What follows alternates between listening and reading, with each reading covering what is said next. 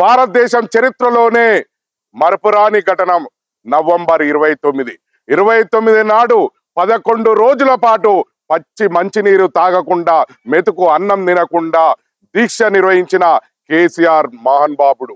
అలాంటి నాయకుడు తెలంగాణ రాష్ట్రాన్ని సాధించుకున్నాం.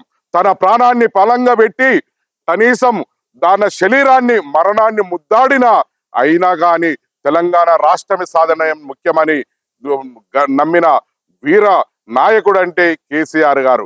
కేసీఆర్ గారు లాంటి వాళ్ళు దీక్ష చేసి తెలంగాణ రాష్ట్రాన్ని సాధించుకున్నారు. వారి చరిత్ర పాఠ్య పుస్తకాలలో చేర్చాలి, అదే విధంగా ప్రజలకు వివరించాలి. అదే విధంగా సాధించుకున్న తెలంగాణలో కూడా ఎలా అభివృద్ధి చెందిందో ప్రజలు చూసినారు. ఒక కాళేశ్వరం ప్రాజెక్టు గాని అదే పెద్ద ప్రాజెక్టు భారతదేశం చరిత్రలో నిలిచినది. అదే విధంగా రైతు ప్రతి పల్లెలో చెరువులు కూడికదా అని మిషన్ భగీరథ ద్వారా చేసిండు. అదే విధంగా ప్రతి ఇంటికి నల్ల నీరు అందించిండు. అట్లా చూసుకుంటా పోతే ఎన్నో సంక్షేమ కార్యక్రమాలు నిర్వహించిండు.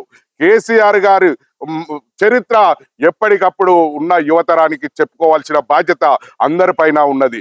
కానీ ఒక్కరోజు మనం అన్నం తినకపోతే కడుపు మాడిపోతుంది, నీళ్లు తాగకపోతే నోరు ఎండిపోతుంది. అలాంటి నాయకుడు 11 రోజుల పాటు దీక్ష చేసి తెలంగాణ రాష్ట్రాన్ని తన ఒడిలో పట్టుకొచ్చి రాష్ట్ర ప్రజలకు అప్పగించిన మహానుభావుడి చరిత్ర మనం గొప్పగా చెప్పుకోవాలి. అందుకే నవంబర్ 29 నాడు ప్రతి ఒక్కరు పార్టీలకు అతీతంగా తెలంగాణ ఉన్న రాష్ట్ర ప్రజలు మొత్తం ఆయన చరిత్రను చెప్పుకునే విధంగా ప్రజలకు వివరించవలసిన బాధ్యత అందరిపైన ఉన్నది. అదే విధంగా తొలి ముఖ్యమంత్రి అయిన కేసీఆర్ గారి చరిత్రను మనం అదే విధంగా పాటలుగా మనం చెప్పుకుంటూ ప్రజలకు వివరించవలసిన బాధ్యత అందరిపైన ఉన్నది.